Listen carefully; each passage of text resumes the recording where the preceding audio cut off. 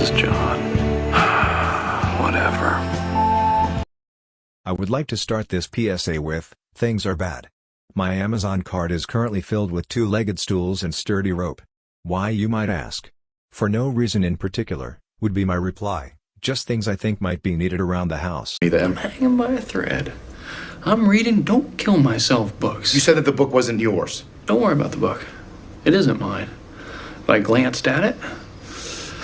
I find myself pondering the meaning of life, and asking myself some fundamental questions. Who am I, and who is this team? What really are we doing here, and what is the purpose of fantasy football? When did things get so bad, and when in my life, if ever, did I enjoy playing fantasy football? Because it sure as shit isn't now. Where can I find the meaning of happiness, and those ever-elusive fantasy football wins, and where are my so-called elite athletes? Because right now they are all AWOL. Why am I doing this, and why do I keep showing up each week for the same depression, pain, and heartache? Hello darkness, my old friend. I've come to talk with you again. I ask my team, what more can I do for them? What are they not getting from me? Because the list of what I am not getting from them is endless. I am not getting effort, I am not getting toughness, nor mental fortitude, I'm sure as hell not getting points. Nor am I getting the decency of them just being honest with me and telling me they don't have it, when it is becoming more and more abundantly clear they don't. Most importantly, I damn sure am not getting wins, and therefore enjoyment from this game we all know and used to love called fantasy football. I would like to propose we start calling this misery football, because that is all this is bringing me. I'm in the business of misery, let's take it from the top. I feel as though I give, and give until there is nothing left of me as a manager, and they take, and take until they are too fat and happy to perform on Sundays. I have looked in the mirror, and I see a man who is doing all the right things, making all the right decisions, doing the good work, and putting in the effort. The one flaw that I see in that man's eyes, is not accepting these dickheads to be who they keep telling me they are, week in and week out, and continuing to trust these useless bastards to do the one damn thing I have asked from them, and that is to produce, to win. To just not make every Tuesday a miserable fucking experience for me as I go back through their lackluster, and downright pathetic performances. I see the good and I see the bullshit too. Okay. I got a phrase that goes, always trust everyone to be themselves, but trust in the fact that you can see them well. You know what I mean? So it's like, it takes too much energy to not trust someone. You know what I mean? It takes too much energy. You always gotta stay 2 steps ahead of them or whatever. But trust them to be them. To be themselves. Trust the snake to bite you. Trust the lion to lie for you. Trust the thief to steal from you. Like, trust them to be them, but know them when you see them. They say the definition of insanity is doing the same thing, over and over, while expecting a different result, so I find myself wondering, am I going insane? Am I wrong for having high expectations? Am I wrong for wanting to win each week and for Capo and Blurry to lose each week? Maybe I am asking too much, maybe I am expecting too much, maybe I have too high expectations, and maybe, just maybe they need to fucking produce. Yes, the latter is it. They need to produce, they need to do better, they need to perform better, they need to catch, run, and pass better, they need to all around be better. So I will not sit here and take the blame for their performances, I will not sit here and make excuses for them hiding in a corner every Sunday expecting others to do the job for them. I will not continue to look inward when I am clearly not the problem. I will not sit here and blame myself for the simple fact that it is they, who are not producing. It is they who show up every Sunday MIA, and it is they that needs to fucking turn this around. This team has no grit, this team has no toughness. Team is pissing like a bunch of poodles, and not letting the big dogs eat, and they sure as hell are not getting that from leadership. That's when the real champions come out. That's when that real dog come out.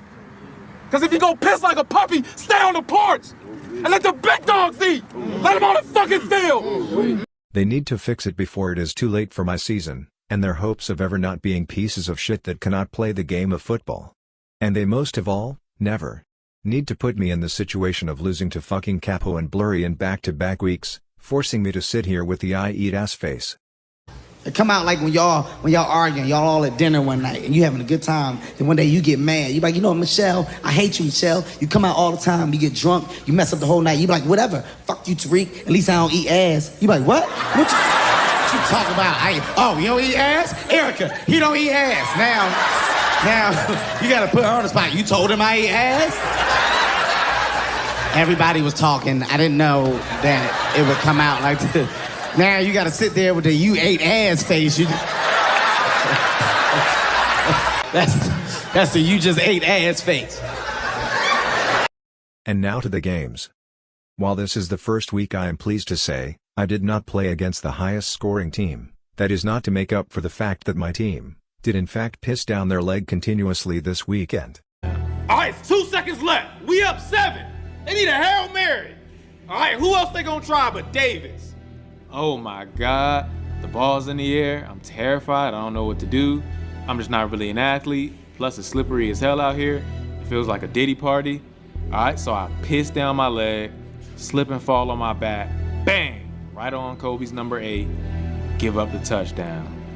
Overtime. I did have Derrick Henry and Jamar Chase have their best games of the year against me, so there is that. Just goes to show that the 1 week I play against a human team, my team also decides this bed has not been shattered enough, and believe me, they fixed that problem. If only they could fix the head and ass problem, I would feel better about my team moving forward. Jalen Hurts continues to turn the ball over at an alarming rate, even if the interception was not his fault, and Smitty ran a bad route, which if corrected would have been a huge point swing for me, but what does that matter, right? Bijan scored his first touchdown on his worst yardage week, so just staying consistent, averaging like 20 points a game, while refusing to be who I know him to be. David Montgomery, nothing negative I have said is directed to you. You are perfect, and continue to make me right with this Montgomery versus Gibbs debate, and Gibbs needed a bullshit gadget play where St. Brown did most of the work for him, to save what otherwise would have been a mid as fuck fantasy week. Blurry. All I have to say is our legal system is failing us. Rice should be in jail, or at least still injured from the police brutality that should have happened after the arrest. These cops can't just pick and choose, especially when it affects me personally. Leland, welcome to the 500-point club. Unfortunately, everyone else has left that fine establishment and moved on to the 6, 7, and even 800-point clubs. Another tough loss and continuation of the trend of commissioner ass kickings. The bright spot is Caleb Williams finally looked like a first-round QB, unfortunately, still looked like arguably the worst of the 3 starting rookies this week. I might give you Knicks, but there is a legit argument that can be made against that. Jeff, Dallas Goedert saved our asses here.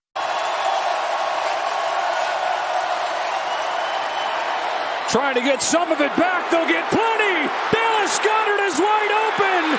Down the sideline, inside the 10, first and goal! Me with the Eagles, and you with fantasy, even though I don't think it would have mattered much because Leland refuses to put up more than 200 points in a week. I guess he is saving them for later? I don't know. Leland, I say this again, this 13 personnel is not working, with 3 tight ends starting, and putting up a combined 22 points, which is less than Jeff's 1 tight end, by large margin.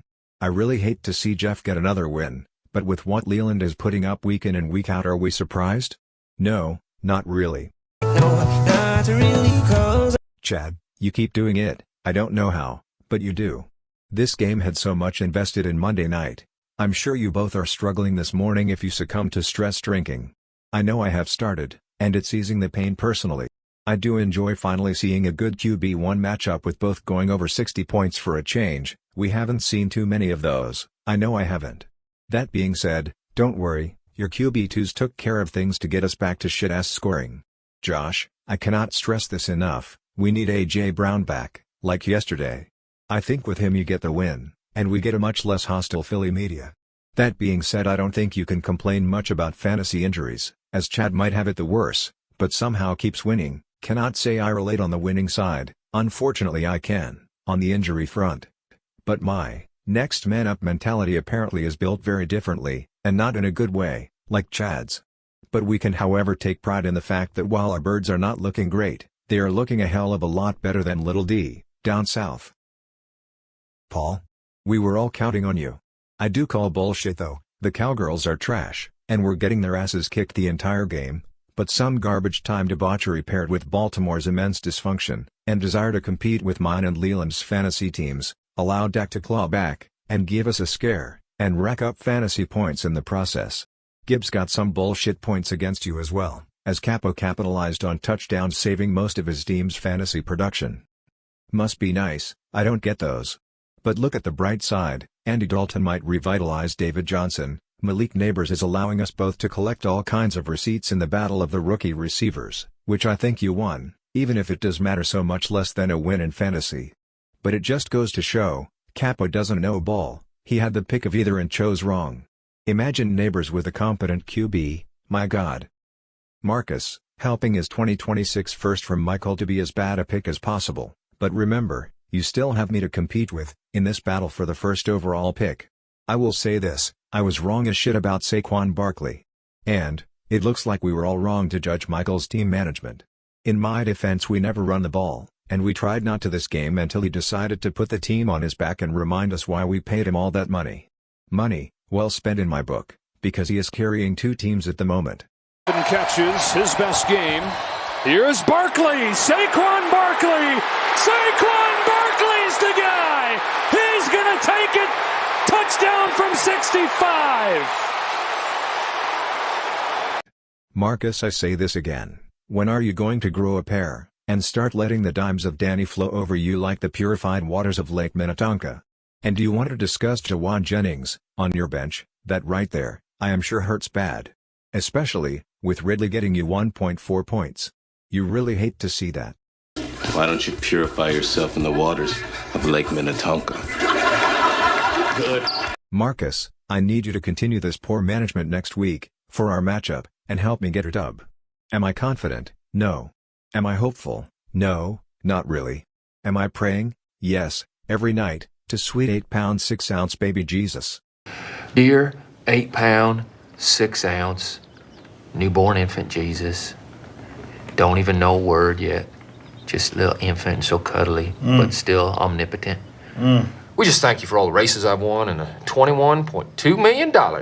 Woo! Woo! Woo! Ow! Love that money! Hopefully my team can get a dose of get right, and stop fucking me long enough to put up some damn points, before they crawl back into the hole of shame and mediocrity that they climb out of every fucking week. While we battle to not stay defeated in this race for 9th place, I say 9th because I think 10th is untouchable, but I am not going to name names. Leland, you don't have the fortune of going against a defeated team, as you are playing the apparent 3-0 juggernaut, that is Michael's team. Will Barkley continue to shit all over the competition? Man, do I hope so. Nothing against you, but my birds need it as our entire team barely made it out of NOLA alive. You are projected to win, but I don't think that matters as you have grossly underperformed against projections. Every week, eventually, they will get it right and stop giving you false hope. Chad, I really do hope you can continue this trend of battling through adversity, at least for one more week, on the fantasy front, and bring Blurry closer to the bottom, where he belongs. I do not have that same hope for your viewership of real football, however, as I would take immense pleasure in the Giants beating you guys on Thursday. But damn it, that means I have to sit there and listen to that fucking, yeah, here we go, all night on Thursday. Fuck my life. Paul, I hope Neighbors continues to show the world why he was the #1 receiver coming out, and helps you take it to Jeff. Who, while projections are looking good, he has some injuries of his own to deal with that I don't know if his team is built to withstand. And Josh, you know what to do. Let's even up these records. Yours, not mine. Mine is shit, and you don't want to be down here in the slums with me, trust me. As always, I hate all of you that won, and I am better than all of you that lost.